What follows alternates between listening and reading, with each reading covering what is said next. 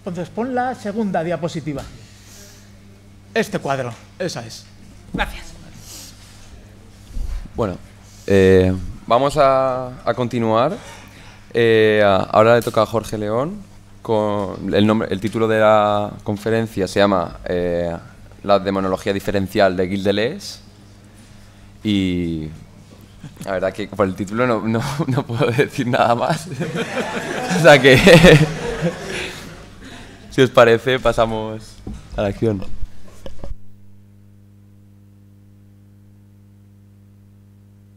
Sí, ahora. Vale, pues sí, voy a hablar más de diferencial que de demonología, porque la parte diferencial sí que la tengo trabajada a fondo. Además, ya he redactado para un capítulo de un libro sobre Deleuze que está editando Juan Manuel Aragüés, también de la Universidad de Zaragoza, que estará aquí mañana.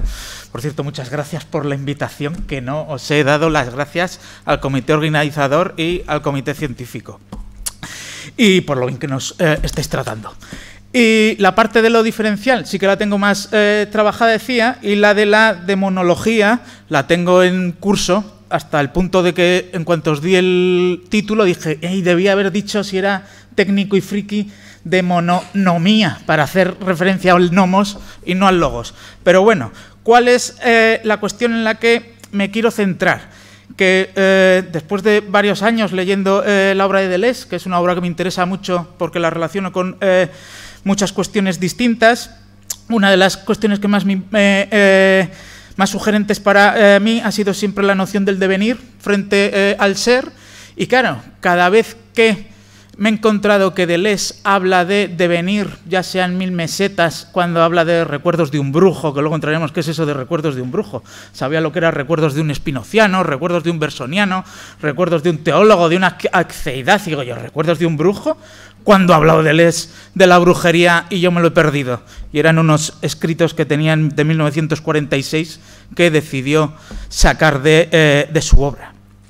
Pues siempre aparecían bien demonios, se deviene a través de una figura de lo anormal, que se diferencia de lo anormal, que era un demonio, y luego, tanto en diferencia y repetición como en el antiedipo o lógica del sentido o 1000 mesetas, cada vez que aparecían cuestiones relativas al devenir o a la lógica del funcionamiento del simulacro frente a la de lo mismo, siempre aparecían cuestiones diferenciales. Y claro, diferencia es una palabra que abarca muchos significados distintos, hay distintas maneras de poder concebir la diferencia, y cuando le buscaba un poco las cosquillas al pensamiento de Deleuze, a mí me resultaba muy clarificador cuando hacía relación o referencia directamente al cálculo diferencial. Entonces, creo que hay una física del devenir en Deleuze que está inspirada a partir del cálculo diferencial y de los autores que han realizado filosofía y esoterismo a partir del cálculo diferencial, autores que Deleuze está continuamente citando, y también matemáticos, geómetras como Riemann, Gauss, etc. Y después hay una técnica, una praxis del devenir, que ahí es para Deleuze demonológica o demononómica, si me pongo friki.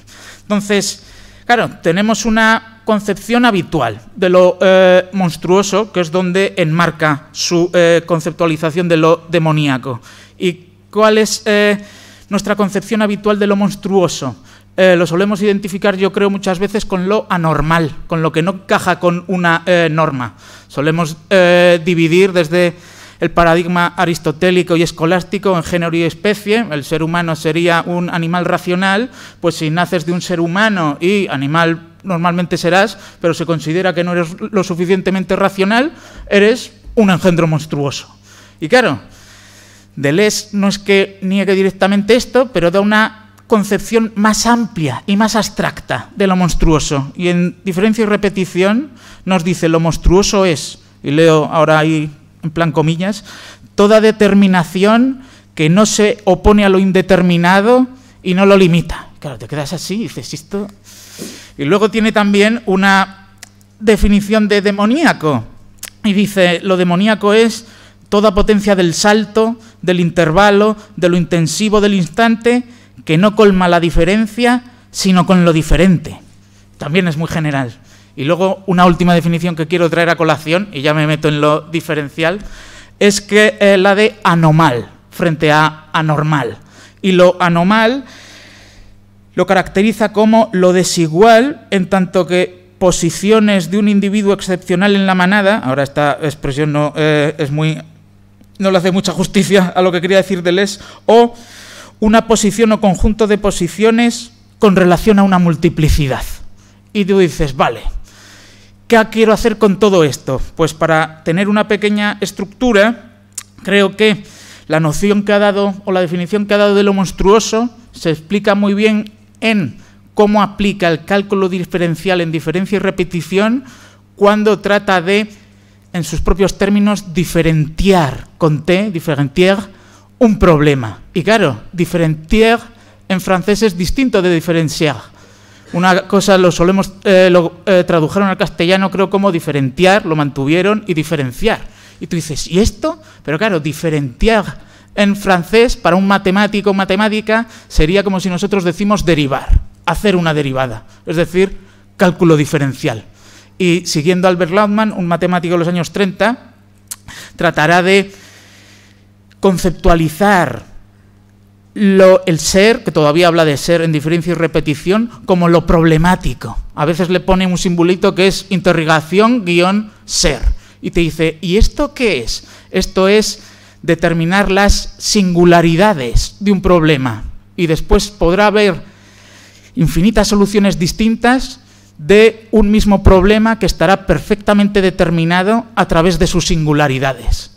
Y claro, no sé si tenéis muchos conocimientos de cálculo infinitesimal, no os preocupéis que no nos vamos a poner a calcular derivadas, simplemente os voy a dar algunas nociones fundamentales, porque si tú tienes la función de una curva, cuando haces la derivada e iguales a esa derivada a 0, obtienes las singularidades de esa curva. El máximo, el mínimo, si haces la segunda derivada, el punto donde cambio de inflexión de cóncava a convexa. Entonces, una figura geométrica como un cuadrado también tiene sus singularidades, serían en este caso los 4 vértices. Pongo ejemplos que ponía el propio Deleuze.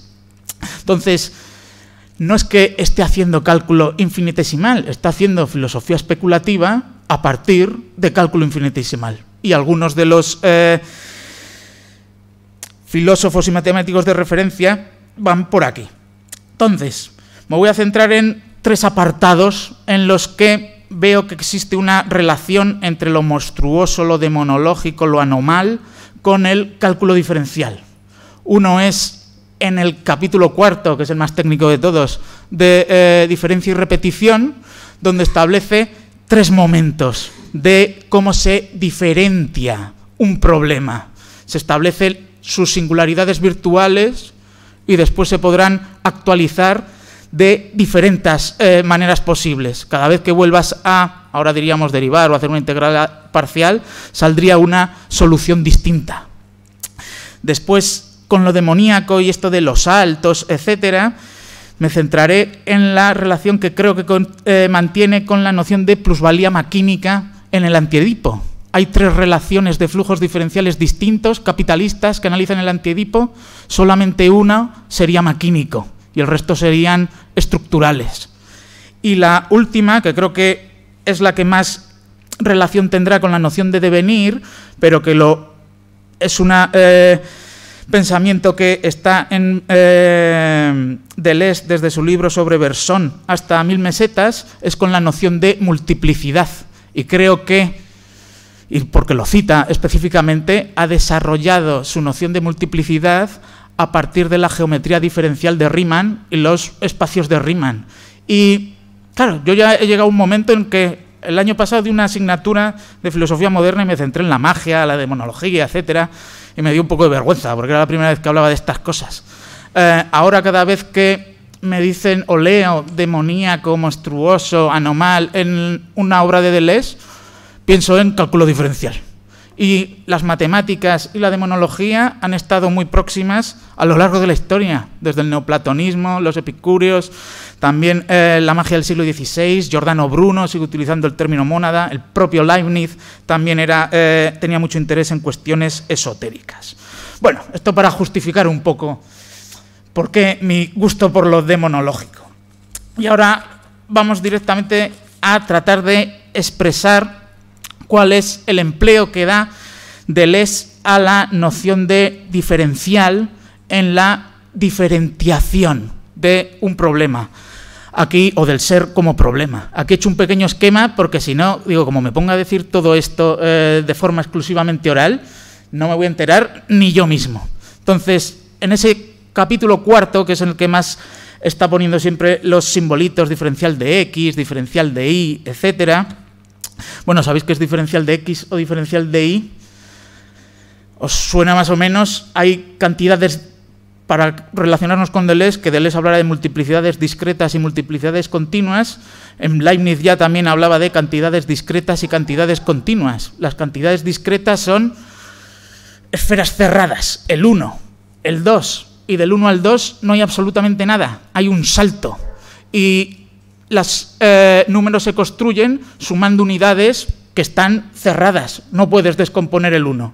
En cambio, las cantidades continuas viene de pensar la continuidad, de ahí la redundancia, de una forma diferente.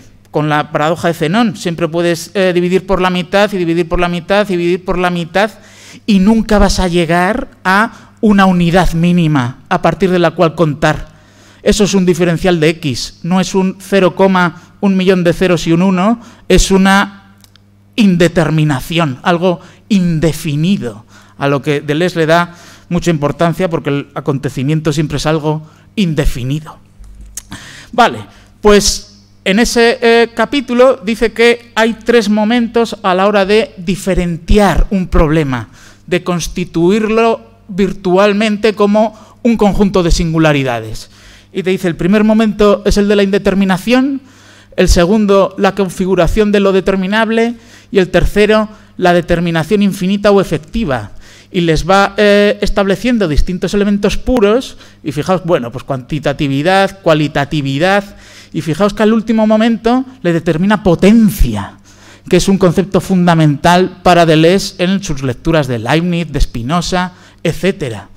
Y que al margen de sus objetos, lo indefinido, la experiencia, el entendimiento, después les asigna un símbolo.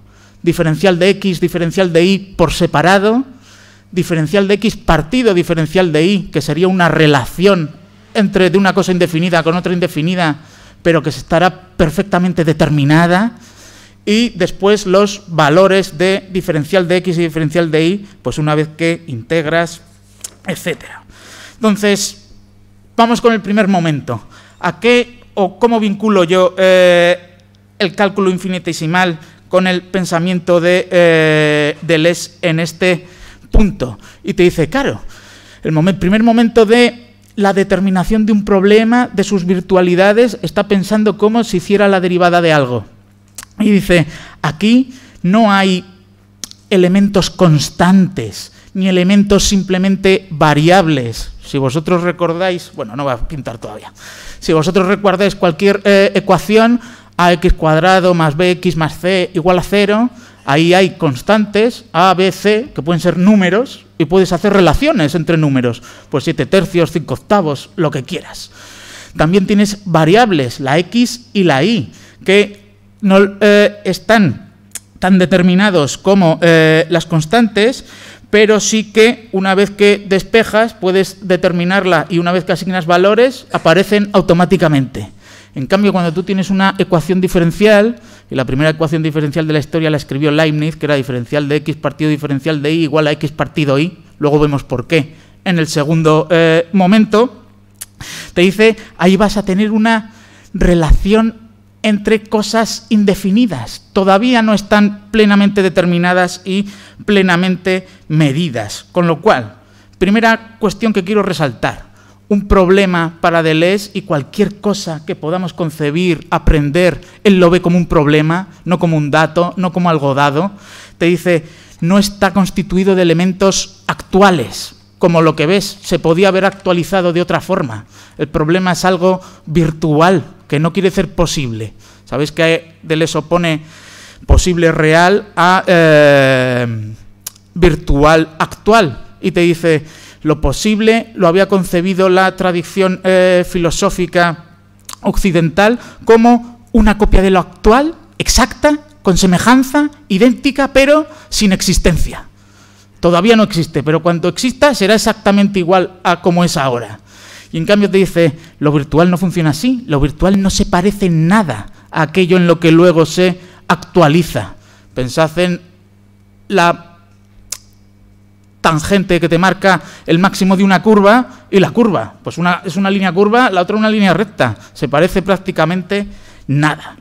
Así que los elementos de un problema son elementos diferenciales. Y cada vez que Deleuze utiliza el artículo indefinido, un verde, un huracán, un acontecimiento, un Jorge, tiene en la cabeza, yo creo, los diferenciales del cálculo diferencial, indefinidos. Después, te dice, el segundo momento es cuando se configura lo determinable. Y tú dices, ¿y esto qué quiere decir aquí? Y además, ¿por qué pone la cualitatividad? Si creemos que diferenciales de X, diferenciales de Y, van siempre con números. Pero tú cuando lees a Leibniz, cuando lees a Maimon, o cuando lees a Wronski, que son autores que han hecho filosofía a partir del cálculo diferencial y que Deleuze cita, también hablan, y lo han escrito específicamente, diferencial de azul partido de diferencial de amarillo, igual verde. Porque se creía que para esos autores, sobre todo Maimon, que tenía una concepción trascendental del cálculo diferencial, nuestra psique, nuestro aparato noxiológico, funcionaba, trascendental según él, funcionaba a partir de una integración de cálculo diferencial. Y tenía toda su teoría. ¿Cuál es el mayor punto de esta configuración de lo determinable? Pues creo que es uno de los ejemplos que mejor explican por qué para Deleuze las relaciones son anteriores a los elementos y por eso las diferencias son anteriores a las cosas que se diferencian entre sí. No está primero la identidad y luego la diferencia. Todos estamos muy acostumbrados cuando leemos a Deleuze y tú dices, ¿por qué? ¿Por qué empieza a pensar este hombre así? Voy a hacer un dibujito en la pizarra. Hablo un poco más alto, se escucha bien, ¿no? Vale. Esto es el triángulo característico de Leibniz y de Pascal. Ponemos X e Y. Y X puede valer 5, Y puede valer 7, lo que queráis. La cuestión es que a este triángulo lo define este ángulo de aquí. Y este ángulo de aquí tú lo puedes expresar como Y partido X. ¿Sí? Tú puedes coger este otro triángulo, tendrás aquí Y2 y aquí X2 y se mantendrá. Y2 partido X2 expresa el mismo ángulo que Y partido X. Y las constantes, las magnitudes Y y X ahora serían valores diferentes, solo que guardan la misma relación. La cuestión es que si tú llevas estas medidas prácticamente a cero y haces aquí un zoom y vuelves a tener diferencial de Y partido diferencial de X, la ecuación se conserva. Esta ya la escribió Leibniz en el siglo XVII. ¿Y qué es lo que ocurre aquí? Que mira, que si tú haces diferencial de X partido X, esto es cero. Porque lo diferencial comparado con una magnitud extensa es nada. Si haces diferencial de Y partido Y, tienes cero. Pero si haces diferencial de X partido diferencial de Y, tienes lo que Deleuze denomina una relación pura, sin extensión. Y la extensión, lo que es pensad que para Descartes la materia era rex extensa, que cuando Leibniz está pensando sobre esto y después Deleuze explica a partir de ello, va a ser también una relación, tiene en la cabeza relaciones que no sean extensas y que son relaciones puras, virtuales, adquirirán extensión después, porque lo realmente real para Deleuze, para Leibniz, etcétera, no es extensivo, es virtual. Y para Leibniz, las relaciones. Para Deleuze, perdón. Y consecuencia, la unidad a partir de la cual se construye un problema no es tanto elementos indefinidos, sino relaciones diferenciales. que aunque pongan en relación dos indefinidos distintos, es perfectamente determinable. De ahí la definición de lo monstruoso, como que hemos dicho, toda determinación que no se opone a lo indeterminado y no lo limita. Tú integrarás una relación diferencial, te saldrá unas magnitudes concretas, determinadas, pero puedes integrar entre 0 y 4, puedes integrar entre 0 e infinito, etcétera, y te saldrán cantidades diferentes. Y el último elemento que constituye esta problematicidad o construcción virtual de lo problemático, en el que remarca la potencia o la potencialidad, la primera vez que Deleuze lo menciona está en su libro de Nietzsche y la filosofía. Menciona 2 veces el cálculo diferencial y pone distintos diferenciales. Y te dice literalmente que la voluntad de poder, como elemento diferencial, produce y desarrolla la diferencia en la afirmación. Y ahí te pone su diferencial de X, su diferencial de Y, y tú dices, ¿por qué? ¿Esto qué tiene que ver? Y hay una... A ver si puedo pasar.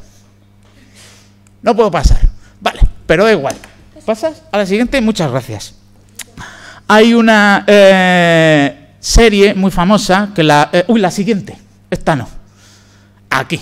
Que es la serie que tenéis ahí, que es la serie de Lagrange, que es... No me importa que no comprendáis la formulita, pero es que cualquier unidad, cualquier función se puede descomponer en una serie de otros elementos. Las series obsesionan a Deleuze y cualquier función o cualquier derivada se puede sustituir por una serie en la que se suman las sucesivas derivadas con un coeficiente concreto. Y lo que le interesa a Deleuze cuando cita a Lagrange en diferencia y repetición es que a la derivada segunda le corresponde un coeficiente que va al cuadrado, el número i. A la derivada tercera le corresponde un coeficiente que va al cubo, etcétera. Y claro, Deleuze también está obsesionado con el paso de Descartes a Spinoza y Leibniz. Y ahí, en Descartes, el movimiento no los generan los cuerpos, simplemente lo transmiten. Y lo que se conservaba era la cantidad de movimiento que iba con la fórmula MV. M1V1 más M2V2 igual M más M1 más V'1 más M2 más V'2. En cambio, en el caso de Leibniz, cuando critica Descartes, sabe que ese MV no se conserva. Lo que se conserva es el MV cuadrado, que después pasó a la primera ley de la termodinámica, el principio de conservación de la energía, un medio MV cuadrado igual MGH. Bueno, en fin.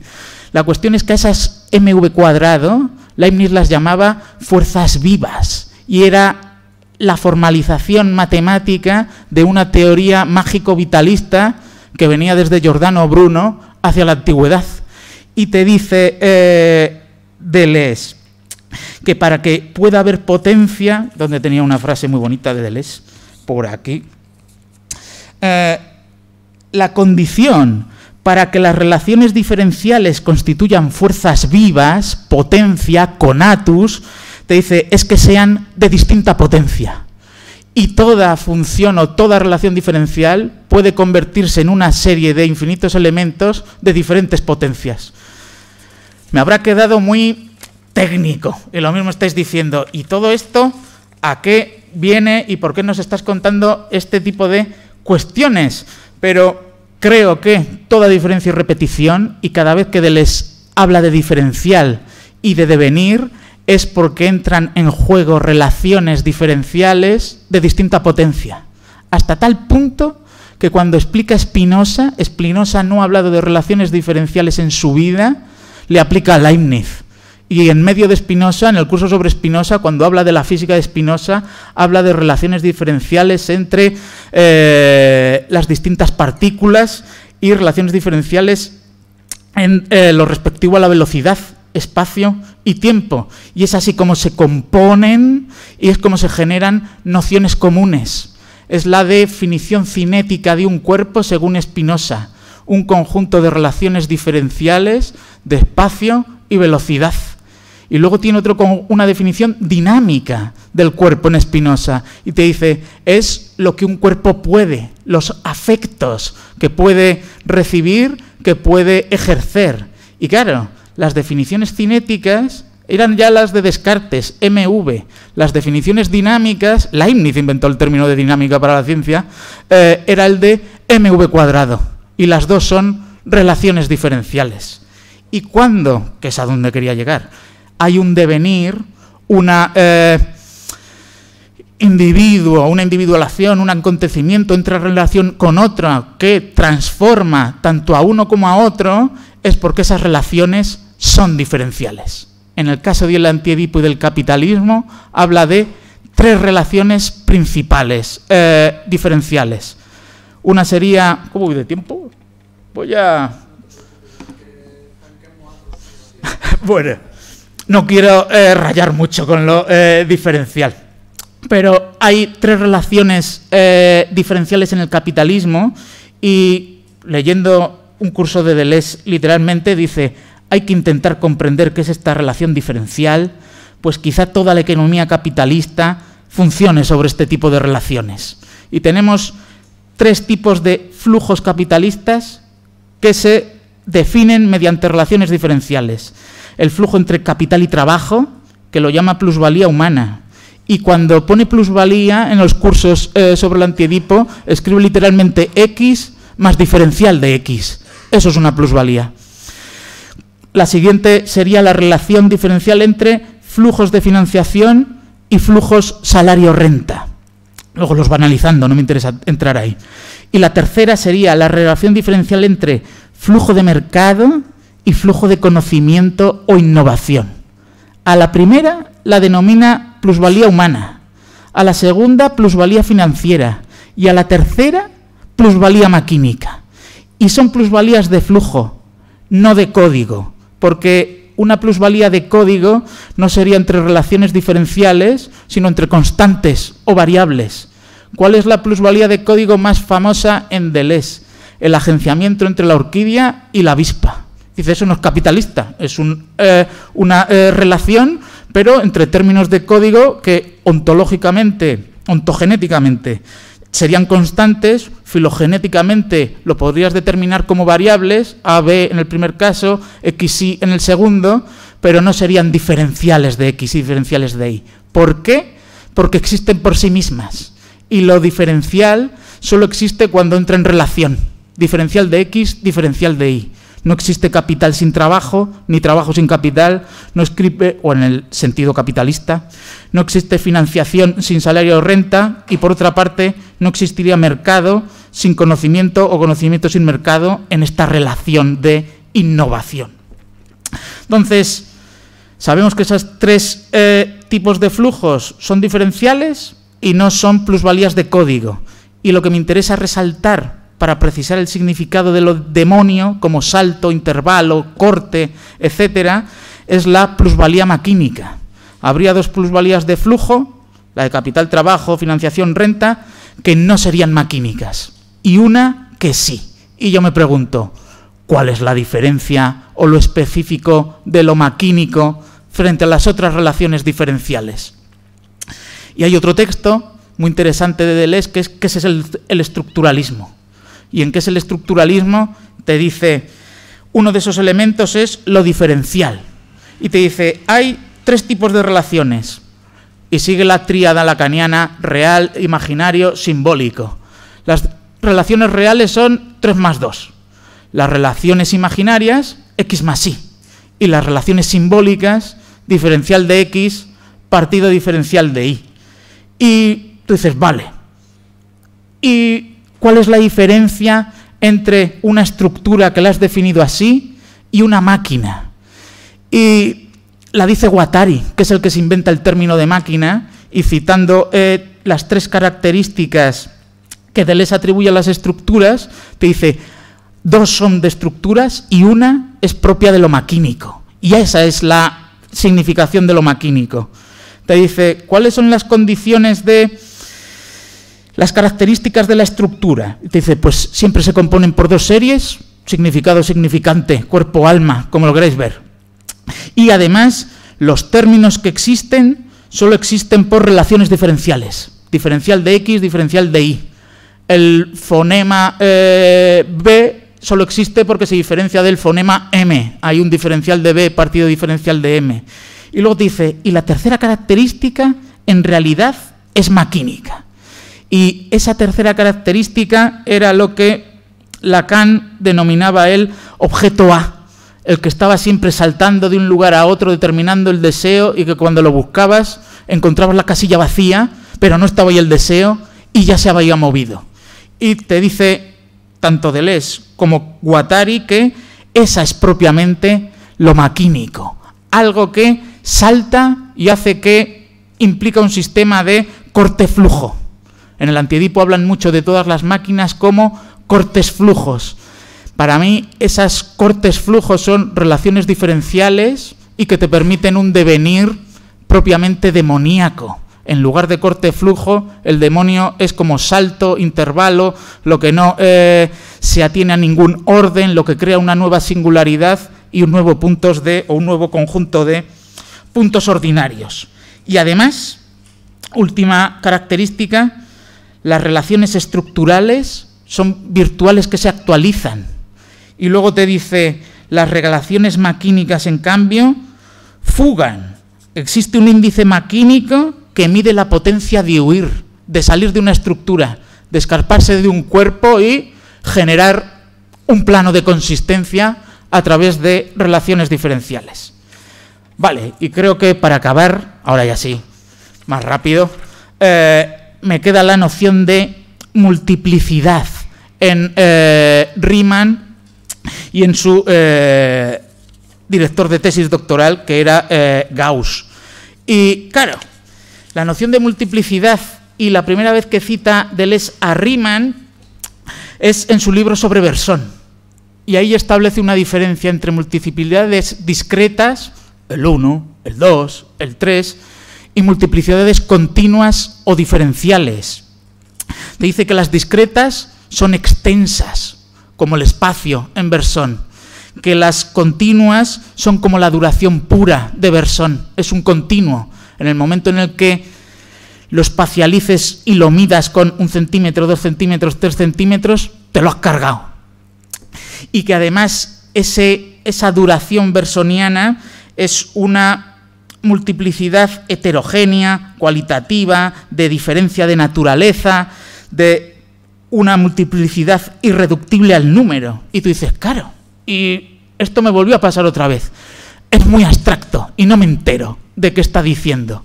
En cambio, si te enteras un poco de qué es un espacio de Riemann, yo creo que te clarifica unas cuantas cosas. Y con esto voy a acabar. Es la diferencia entre la geometría analítica de Descartes y Fermat y la geometría diferencial de Gauss o Riemann. ¿Cuál es la diferencia? Me voy a levantar otra vez. Voy a coger esto.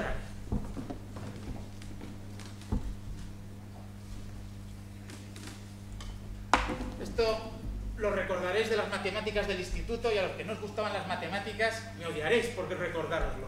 Pero tú tienes un sistema de medición XY, 2 coordenadas, y aquí puedes dibujar cualquier curva y después ir asignando valores. Y puedes convertir una figura geométrica en una determinada función aritmética. ¿Sí? La cuestión es que para poder definir esta curva aritméticamente, siempre tienes que recurrir a una dimensión suplementaria, dice Deleuze, n+1, con la que empezar a definirla.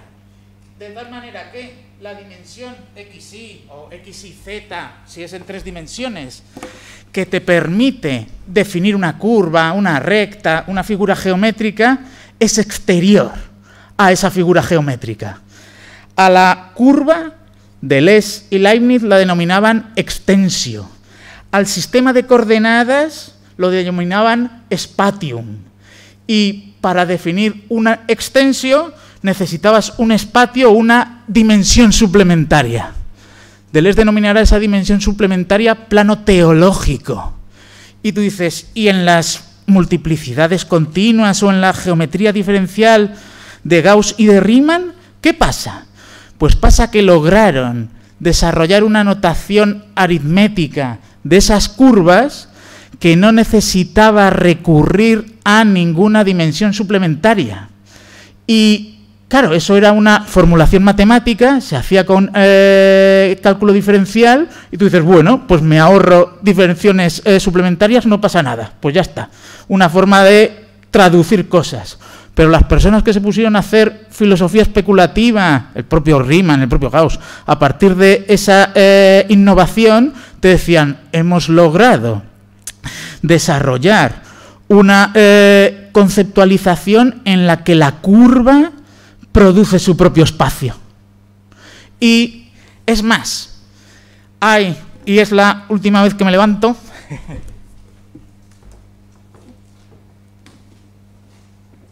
distintas geometrías. Normalmente estamos acostumbrados a geometrías euclidianas, que las rectas paralelas no se cruzan más que en el infinito, pero en el siglo XVII y después del XVIII, XIX, XX, les encantaban las geometrías cónicas. ¿Por qué? Porque se supone que trataban de representar la manera en que ve el ojo humano, aunque no era exacto. Y claro, tú aquí tienes un vértice y puedes trazar muchos círculos. Mientras sean perpendiculares al eje, te saldrá un círculo. Si lo curvas un poco, o lo inclinas, mejor dicho, te saldrá una elipse.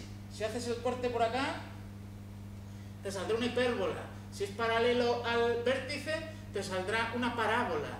Y lo interesante es que tú puedes convertir cualquiera de estos círculos con infinitos puntos en cualquiera de estas otras figuras con infinitos puntos. Figuras que en un espacio euclidiano son completamente distintas. El círculo es la figura que tiene todos los puntos equidistantes al centro. La elipse tiene dos focos y es la figura que tiene la suma de cada punto a cada uno de esos focos equidistante. Suman la misma cantidad. Y en una geometría euclidiana, A es A, B es B, A distinto de B. En una geometría diferencial o riemanniana, tú puedes desarrollar una fórmula diferencial que te permita pasar de unas a otras. Y te dice Deleuze que eso es una multiplicidad lisa. Y eso, desde mi punto de vista, es una de las formas en las que mejor he entendido el concepto de devenir.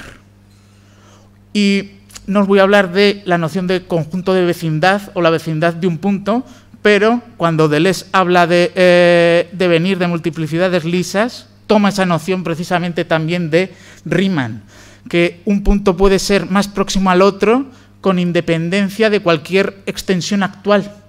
Puede estar más cerca en una geometría diferencial por ciertas curvaturas, algo que en ámbito extensional está al fondo que lo que tengo más al lado. Entonces, esta para mí es una forma de entender la demonología diferencial de Deleuze. Siento si ha sido muy técnica la exposición y espero, creo que lo he logrado con mis alumnos después de 6 clases sobre Leibniz, con mis alumnos de Moderna, apasionaros con el cálculo diferencial en la demonología de Deleuze. Aquí me paro.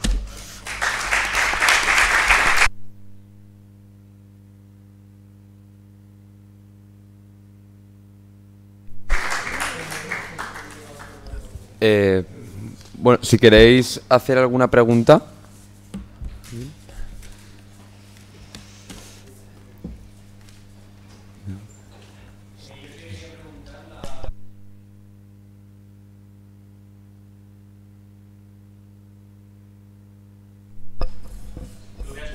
Le hubiera cambiado el título, sí, porque en diferencia y repetición, Deleuze, cuando habla de la distribución, de lo diferencial, etcétera, tiene que una concepción y dice que el simulacro es una distribución nómada, y de ahí viene nomos, de lo diferencial.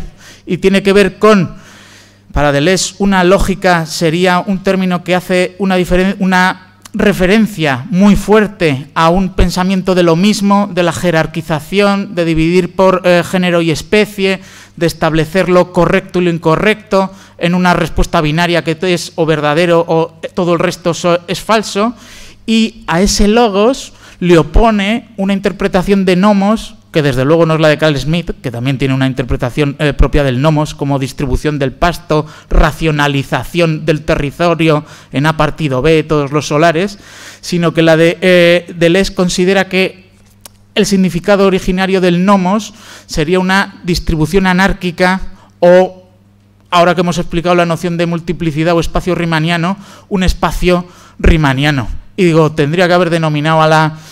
Para Deleuze creo que demonología sería un oxímoron o una contradicción en términos.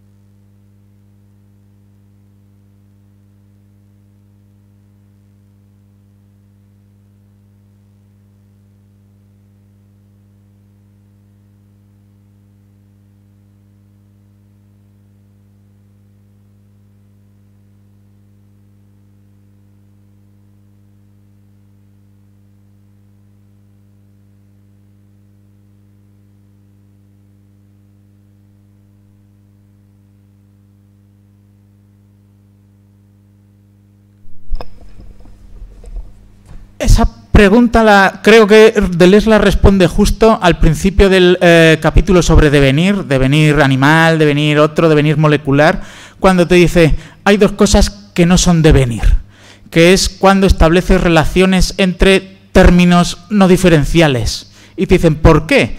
Porque eso implica matemáticamente un término que Deleuze ya en diferencia y repetición asociaba al pensamiento de lo mismo y lo idéntico, que es la analogía.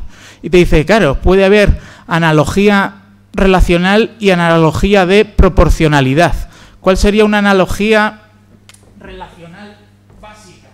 Pues tú estableces A partido B, siendo A y B constantes. Y te dice, o puedes hacer lo que hacían los escolásticos, cada vez que establecían cualquier argumentación, que es, a ver, ¿Dios es bueno como nosotros? Pues no, pero Dios es a la bondad infinita lo que nosotros a la bondad humana. Una es con relaciones finitas, otras con infinitas, y esto sería una analogía, que para Deleuze estaría haciendo trampas, porque en sus recuerdos de teólogo, etcétera, te dice que aquí no hay relación posible entre Dios, lo infinito y lo finito. Luego hay cuando estableces únicamente relaciones diferenciales, que aquí ya sí tienes una relación infinita, pero lo que le gusta a Deleuze, y por eso complica mucho la lectura de Leibniz, es que a Leibniz siempre se la ha leído fatal, según Deleuze. Lo han leído con demasiada teología. Se creían que Dios era una cosa ahí, un viejo con barbas, pasando las cosas de la esencia a la existencia y creando mónadas. Y te dice, no, porque se han olvidado que todo el cálculo diferencial es inmanente. Las figuras que define según formalización diferencial tienen su propio espacio incluido en su propia formulación, y Deleuze en su curso sobre Leibniz te dice que ¿cómo era? Cuando establece diferencia entre verdades de razón y verdades de hecho, y te dice, no hombre, las verdades de hecho son como las verdades de razón, solo que llevas el análisis hasta el infinito y Dios es el único que puede desarrollar el análisis hasta el infinito, por eso para Dios lo que nosotros vemos como contingencia es necesidad. Y te dice Deleuze, has leído radicalmente mal el cálculo infinitesimal, porque te ha sacado un n+1. Lo que te está diciendo Leibniz, aunque hable de Dios, es que hay un proceso de actualización, diferenciación, que es infinitesimal. y que todas estas relaciones infinitesimales estarían en cualquier relación de devenir, cualquier relación que los alquimistas asumieran que era de transformación vital o cualquier relación que constituya un flujo. Y te dice, y eso sería inmanente e infinito. Entonces, no sé si te he contestado, pero si tú crees que así estás haciendo relaciones, te dice Deleuze, sí, sería una ontología relacional también, pero una basada en el ser, lo mismo y lo análogo. Si quieres hacer una de plano de inmanencia, yo creo que para Deleuze le obsesionó mucho el cálculo infinitesimal en este sentido.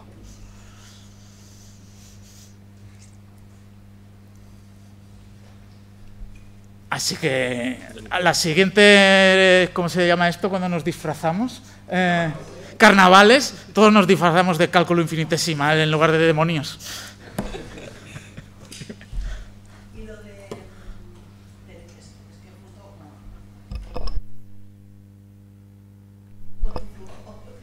mi pedo está en el deseo de Deleuze y Lacan. Entonces, es brutal esto de la máquina, ¿no? Que conectaría. La máquina, has decidido una máquina de Guattari, pero dice que coge de Lacan. Eso es. El tercer elemento con el que Deleuze definió una estructura en lógica del sentido era el objeto A de Lacan, que iba cambiando, etc. Y trató de definir el estructuralismo a partir de que funciona con series, que los elementos son diferenciales y que está el objeto A de Lacan cambiando de serie como un precursor oscuro anarquizado. Y Guattari le dijo, y lo escribió en su texto de Máquina y Estructura, no, Deleuze, estás mezclando cosas. La estructura se definiría por las dos primeras cuestiones y lo propiamente maquínico, que formaría parte de toda estructura porque no podría renunciar a ello y sería lo que la subvierte, y parten de ahí para el antiedipo en esta cuestión, es que ese elemento que está continuamente cambiando de casilla y de función, lo que llamaba Lacan el objeto petit A, objeto A, sería lo propiamente maquínico. Después de Deleuze, no me he metido aquí por no rayar al personal, pero después de Deleuze te dice, claro, y es que cuando tú haces la derivada o diferencias una curva, siempre hay algo más que se está moviendo, hay un tercer elemento. Te dice, ese tercer elemento, en psicoanalítico lo denominaban el elemento objeto A lacaniano, luego en su curso sobre Leibniz de los años 80 y 87, dice que ese tercer elemento es la tendencia, porque claro, cada vez que haces la derivada de una curva, lo que estás calculando es la tangente o la fórmula de la recta tangente, que es la que toca solamente en un punto a esa curva, a cada punto de la curva. ¿Y esto para qué sirve? Porque lo que estás haciendo con la tangente en una curva es empezar a analizar cuál es su grado de variación. Estás midiendo la variación de algo que cambia. Y te dice, y eso te marca tendencias. Y en cada punto de la curva la tangente tiene un ángulo distinto. Por eso cuando la igualas a cero tienes el máximo, porque se pone plana la recta. Entonces te dice que hay un... Es más, te llega a decir que el clinamen es el conatus de lo diferencial. Y que hay un diferencial puro de la materia, que la materia tiene ciertas tendencias, pero que no es una tendencia fija, es una tendencia que en cada punto cambia. Se puede calcular con cálculo diferencial, en este ejemplo que funciona, y cuando él se pone a hacer pensamiento especulativo con ello, te dice, a ver, lo que cambia en cada serie, y una curva sigue siendo una serie con una determinada variación, es precisamente el elemento A o el deseo. Así que el deseo sería la tangente a una curva. El vacío en el sentido de casilla vacía, dices. No, porque esa parte de las casillas, las posiciones de la estructura, sería para Deleuze y Guattari una cuestión que no había logrado superar todavía el estructuralismo. Y cuando se ponen a... Yo lo interpreto así, al menos es mi Deleuze, claro, no es Deleuze. Cuando Deleuze y Guattari tienen sus momentos más postestructuralistas, quieren hacer liberar lo maquínico de toda referencia estructural. Porque claro, diferencia y repetición para mí tenía un problema enorme. Tú defines las singularidades de un problema y lo actualizas. Y tú dices, ¿te da infinitas soluciones? Sí, pero ya tienes diferenciado el problema. ¿Cómo diferencias el problema? ¿Cómo construyes tus ecuaciones diferenciales, por decirlo así? Y creo que cuando hablan de lo maquínico, de las líneas de fuga, que da nombre al colectivo, de las plano de consistencia, es cuando se empiezan a establecer agenciamientos diferenciales que te van construyendo esas singularidades de la curva y te van construyendo ese plano virtual a medida que estableces las relaciones diferenciales. Y claro, ahí hay casillas predeterminadas. Te dicen no. Ahí hay rizomas y no estructuras. Pero vamos, que esta es mi forma de leer a Deleuze porque me ayuda su referencia al cálculo diferencial y espero que os haya iluminado a jóvenes lectores y lectoras de Deleuze y no os haya hecho la función contraria, que es desanimaros y no quiero leer esto, que es muy raro. ¿Se podrían entender las estructuras como una actualidad o una sedimentación de un proceso productivo que primero es una virtualidad que como tal excluye cualquier condición de identidad? Hostia. Sí, mejor. Voy a apuntar. A mí me resulta una lectura muy sugerente. De hecho, para mí es un punto absolutamente ciego y creo que es muy de agradecer que la gente se lo tome en serio porque, claro, yo creo, pero tú eso lo habrás comprobado, yo creo que hay muy poca gente que trabaja en ese aspecto, ¿no? Yo creo que es el tema, uno de los temas más complejos. Y como bien decías, eso se ve reflejado en el capítulo 4 de diferencia de repetición. Te decía esto porque, claro, como hablas de las limitaciones del estructuralismo, que muy a menudo se hace referencia al pensamiento de Deleuze como un pensamiento postestructuralista, yo creo que no deja de ser estructuralista en la medida en que entiende las estructuras como sedimentaciones, ¿vale?, de un proceso dinámico. Y ahí es donde yo utilizo en la interpretación que hago la diferencia entre diferenciación con una T y diferenciación con una C. Es decir, son como las dos mitades dispares y distintas, pero indisociables, constitutivas de lo real, ¿no? Es decir, el ámbito de la diferenciación con una T es el ámbito de lo intensivo, que a través de un proceso de actualización alcanza el plano de la diferenciación con una C, que es el de la extensión, ¿no? Y a lo que quiero llegar es que una estructura se puede entender, para decirlo de forma sencilla, se puede entender como la segmentación de un proceso maquínico, es decir, es el lugar donde de alguna forma el devenir se congela, pero a sabiendas de que esa congelación del devenir es una congelación relativa, porque la estructura como sedimentación o estratificación siempre está gravida de singularidades que proceden de hecho a redistribuciones incesantes.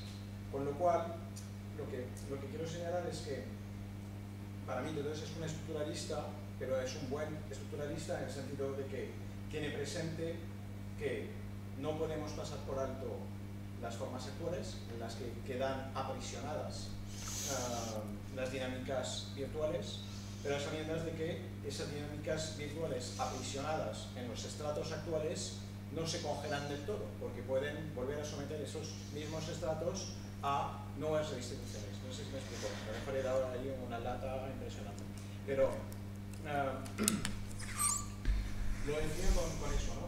No sé hasta qué punto podemos prescindir de las estructuras, sino no sé hasta qué punto Deleuze y Guattari prescinden de las estructuras. No sé si me explico. Porque a veces tengo la sensación de que eso puede desembocar, pero a lo mejor aquí me equivoco, en una lectura muy de comienza anarco-deseante, ¿no? No, creo que es que Julián se hizo la tesis doctoral sobre Deleuze y además ya hemos hablado de esto en otras ocasiones. Y yo estoy de acuerdo contigo porque además tanto en el Antiedipo como en 1000 mesetas están continuamente diciendo que cuidado con llevar la desterritorialización o lo maquínico hasta el absoluto porque vas a llegar al suicidio de acto o a cualquier otro tipo de destrucción. Y es más, te dice, una de mis frases favoritas, porque lo siento, pero estoy un poco cansado de Spinoza, ¿qué le voy a hacer? Es que, claro, te dice, Spinoza, ¿qué es lo que puede un cuerpo? Pero cada vez que lo dice Deleuze en Derrames, justo después pone, es decir, ¿qué es lo que puede soportar? Y lo que tenemos que descubrir es qué es lo que no podemos soportar, hasta dónde nos podemos desterritorializar y hasta dónde podemos huir, porque no hay una huida absoluta. Aquí no sería el anarcodeseante absoluto Deleuze, sino alguien que está en una posición ética y te da un aviso navegantes. Desterritorialicémonos, pero sin ir al suicidio. Eso es. Entonces, por supuesto que existen estructuras y siempre se van a generar estructuras. Es más, y cada vez incluso muchas de las relaciones aquí serían que entran en recursividad, por muy anárquicas, heterárquicas que sean, cuando se producen ciclos y recursividad, haya cálculo diferencial o no por el medio, siempre se van a generar eigenstates. Es decir, un eigenstate es un estado tendencial de estabilidad. El capitalismo los desarrolla, los estados despóticos los desarrollan, unos con diferencial, otros sí, sin diferencial. Y te dice, y esas formas estables sostienen y oprimen la vida a la vez. Entonces, por supuesto que no es una crítica absoluta a las estructuras, sino cómo escapar de estructuras opresivas. ¿Cómo no esencializarlas? Efectivamente. Y luego una cosa muy interesante que al menos a mí me ha llamado la atención en diferencia y repetición es que para salir del esencialismo de lo dado también puede estar el peligro, caer en el peligro de la construcción de nuevas esencias. Y lo pone con lo que el ejemplo que Leibniz denomina de vicedicción. Dice Deleuze en diferencia y repetición. Hegel funcionaba por la diferencia como contradicción. Esto nos lo han explicado bastante en clase, no hay ningún problema. Leibniz concibe la diferencia como vicedicción y saca las esencias, no va de esencia a lo concreto, sino que mira una cosa concreta, lo deriva mentalmente, construye sus singularidades y eso sería para Leibniz la esencia de este objeto. Y luego, ¿cuál es la esencia de este objeto? Que contenga agua, que pueda contener un líquido. ¿Tiene que tener esta forma? No. ¿Por qué tiene esta forma? Porque es fácil de coger, porque haciendo las rugosidades adquiere dureza, rigidez y te ahorras material poniendo todo, etcétera. Un montón de cuestiones concretas. Pero ambos casos serían construcción de estructuras. Esa vicedicción sería una construcción de estructuras sin ningún proceso dinámico. Simplemente coges un objeto y lo diferencias con T. Entonces, podría haber estructuras que fueran sedimentaciones y otras que son construcciones a partir de constantes, en lugar de relaciones diferenciales. Yo lo vería así. Y ahora ya sí que creo que hemos aburrido mortalmente al personal.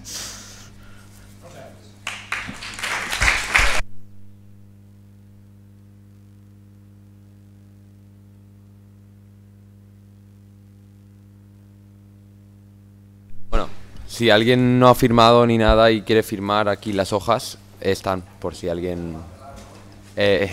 ¿Un chiste?